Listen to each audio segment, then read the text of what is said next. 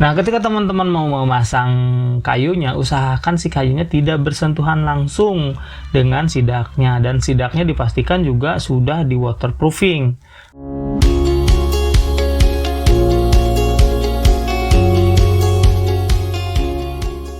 Ini adalah rooftop garden yang sangat minimalis ya, tidak terlalu banyak tanaman atau aksesoris apa-apa. Jika teman-teman mau jadikan ini sebagai referensi, maka ada beberapa hal yang harus teman-teman pastikan, yaitu salah satunya prinsip-prinsip maupun material yang akan dipilih. Ada beberapa prinsip yang harus teman-teman ikuti di setiap desain itu. Misalkan ya, yang pertama kita bahas dari lantai deh.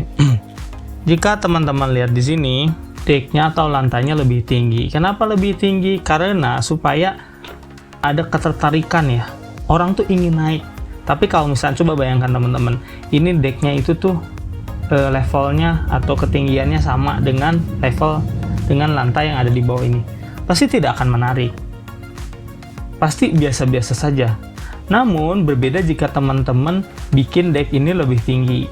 Ini akan membuat orang yang ada di bawah sini itu akan tertarik untuk naik ke sini. Oke ya. Tuh, prinsip yang ke-1. Oke, prinsip yang kedua mengenai standar tinggi bangku. Jika teman-teman tidak tahu atau nggak yakin dengan ukuran teman-teman bisa cek di Google. Berapa sih ukuran standar bangku? Biasanya ukuran standar bangku itu 40-45 cm. Di atas itu kalau duduk nggak nyaman. Untuk lebarnya berapa? Minimal 40 cm untuk bangku ini. Oke teman-teman ya. Terus ketinggian ini belakangnya harus dilebihin. Terus apalagi prinsipnya yang kalau kita ambil dari desain ini ya. Setiap bangku yang dipasang itu ada lebihan bibir atau topian. Nih, jika teman-teman lihat di sini ya. Ada lebihan topian. Tuh, ada lebihan topian. Di sini juga sama. Di bawah pun sama. Kayak teman-teman, yang ketiga, apa sih? Warna. Ingat ya, di sini warnanya hanya bermain di warna abu-abu, warna kayu, sama tanaman aja. Jika teman-teman lihat, ini warna dindingnya abu-abu, ini kanopi atau pergola atasnya pun abu-abu. Lantainya juga nggak jauh-jauh dari abu-abu banget ya. Untuk lantainya satu warna aja, warna kayu yang seperti ini. Nah, untuk tanamannya juga nggak terlalu banyak warna ya. Teman-teman lihat warna abu-abunya ya, konsisten. Ini abu-abu, ini abu-abu, ini abu-abu. Nah, ketika teman mengaplikasikan, jangan sampai abu-abu ini yang merah ya, kurang cocok. Di sini ada pebble atau batu putih. Untuk tanamannya pun tidak terlalu banyak jenis tanaman. Jika teman-teman lihat, ini sama. Warnanya pun kurang lebih sama. Terus ketika ada pebble di sini, usahakan di tempat lain pun ada pebble. Nih, di sini ada pebble. Tempat teman-teman mungkin berbeda ya, tempat dengan tempat yang ada di sini. Nah, untuk bangku detailnya seperti ini ya teman-teman. Ini tingginya 40-45. Lebih bagus sih mungkin menurut saya 40 cm. Jadi ketika teman-teman mau menambahkan busa nantinya 5 cm jadi 45 cm, itu masih nyaman buat didudukin. Ini tampak dari sudut lainnya ya. Nih teman-teman lihat di sini. Ini ya, warna abu-abunya pun emang dia pakai warna netral abu-abunya. Ini tampak dari sudut yang lainnya. Nah, ini dia tampak ketika sore atau malam ya. Teman-teman bisa lihat lightingnya. Oh, berarti ketika teman-teman mau pakai, di sini ada lighting nih. Ya. Untuk materialnya kita akan bahas di ujung ya. Yang lightingnya di sini, di sini pakai lighting. Nah, di sini juga pakai lighting nih di tanaman. Tanaman yang fokus ya, artinya tanaman utama. Oh, di sini lightingnya. Nah, ini ada referensi berikutnya. Sama ini juga kayu ya. Jika teman-teman lihat, warna yang dipakai juga konsisten. Kita bisa lihat warna coklat kayu, warna putih, di sini putih, sini putih, sini putih ya dibantah. Ada warna hitam, sini hitam, sini hitam, sini hitam. Supaya seragam. Selanjutnya, ini di sini ada tanaman, di kiri ada tanaman, di kanan juga ada tanaman. Supaya balance atau seimbang. Dan juga ketika teman-teman kalau misalkan mau memakai desain ini buat referensi di tempat teman-teman pastikan bahwa teman-teman hanya memilih satu pohon yang akan kita jadikan vokal. Kita tempatkan di salah satu sisinya. Nah, ini untuk lighting malamnya. Malamnya lightingnya ada apa aja sih? Di atas ada lampu hias. Warnanya apa? Warna kuning. Di sininya ada lampu juga. Terus di bawahnya juga ada lampu nih, LED. Lampu LED seperti apa sih? Material yang dipakai seperti apa sih? Nanti kita bahas. Nah, ini tampak dari sisi lainnya. Nah, ketika teman-teman mau menyimpan tanaman di dak, masalah utama adalah bocor. Nah, pastikan teman-teman, yang pertama teman-teman harus perhatikan adalah ini adalah semen ya, atau cor-coran. Ketika cor-coran itu sudah teman-teman bikin, nah yang kuning ini adalah waterproofing. Waterproofing bisa apa aja, bisa aspal atau ya sejenis aquaproof seperti itu. Cuman saya sarankan sih bukan aquaproof, cari yang lebih bagus. Kenapa? Karena kalau misalkan bocor kan rada ribet juga ya.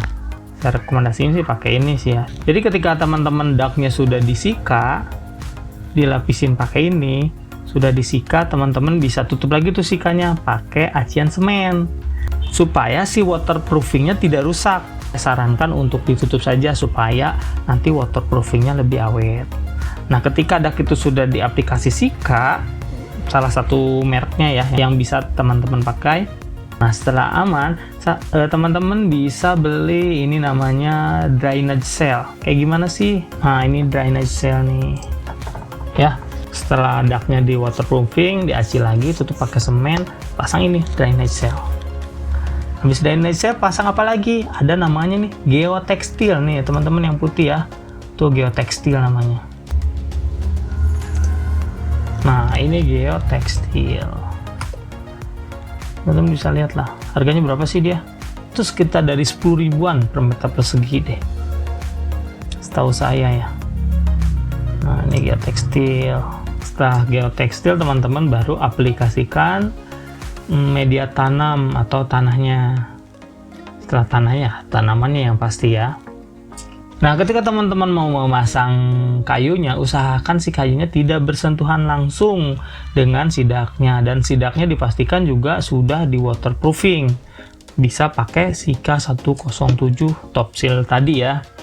Nah, dengan adanya si dek ini atau kayu ini tidak bersentuhan langsung dengan lantai, otomatis akan membuat deknya kering dan juga lebih awet pastinya. Nah, ini referensi lain supaya kayu deknya tidak bersentuhan dengan lantainya ya. Nah, ada opsi nggak selain pakai kayu? Ada. Yang lebih awet ada. Oke, kita akan bahas material apa sih yang bisa dipakai untuk bikin dek ini. Selain kayu apa, Gan? Teman-teman bisa pakai WPC. Nah, WPC itu kayak gimana? Nah, kayak gini. WPC itu singkatan dari Wood Panel Composite. Wood Panel Composite. Jadi bahannya terbuat dari serbuk kayu sama plastik, terus dicampur, diolah. Dan dia mungkin pakai pewarna ya. Cuman saya lihat sih warnanya bagus, bener-bener kayak kayu. Harganya berapa sih kalau misalkan kita mau pakai bahan WPC yang awet ini? Saya sih pernah hitung sekitar dari mulai mungkin 1 jutaan ya per meter persegi. Oke, tadi selain kayu bisa pakai WPC, bisa apa lagi Kang? Tentu bisa pakai namanya, nah ini dia. Bahannya apa sih? Kalsidek meranti ini, kalsidek ini bahannya adalah fiber semen. Ini salah satu merek dari Kalsi, harganya 200.000 per satu batang, lebarnya 20 cm. Nah, ini yang biasa sering saya pakai dibandingkan WPC. Nggak tahu kenapa sih, cuman saya karena mungkin dulu sering pakai ini ya aplikatornya, jadi saya sering pakai ini. Tebelnya 2 cm, tebel banget. Jatuhnya per meter persegi ya sama kayak WPC, sekitar 800 sampai 1 jutaan per meter persegi. Itu udah termasuk rangka ya, rangka buat tatakan supaya nggak bersentuhan langsung dengan lantai. Untuk finishing, kalau misalkan teman-teman mau pakai kayu, teman-teman bisa pakai Propan Ultran Lasur. Ini buat eksterior nih. Cuma harus dipastikan nih kuat gesekan tidak ya. Setelah ini pakai apa? Kalau misalkan GRC pakai apa? Nah, untuk GRC teman-teman jangan pakai ini. Propan tuh punya produk khusus buat GRC. Namanya ini Propan Fiber Coat.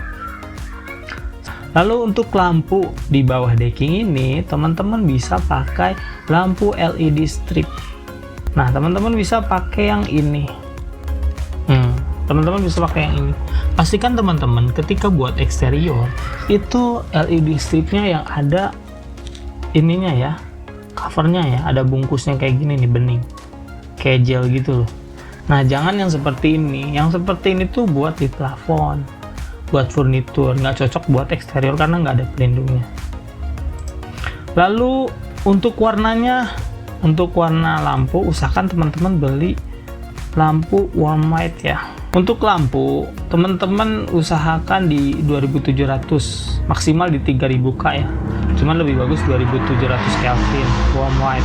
Nah, ini akan menghasilkan suasana nyaman dan memang cocok untuk taman. Kalau teman-teman lihat tadi warnanya warm white. Juga untuk lampu taman teman-teman bisa lampu sorot. Nah, bisa yang kotak atau bisa yang sorot. Oke, gitu teman-teman ya pembahasan kita tentang rooftop garden. Selanjutnya kita akan bahas rooftop garden tapi yang pakai rumput sintetis di video berikutnya. Terima kasih yang sudah menonton. Jika dirasa video ini bermanfaat, jangan lupa tekan like, komen, dan subscribe supaya saya terus dapat berkarya di channel ini. Terima kasih. Assalamualaikum warahmatullahi wabarakatuh.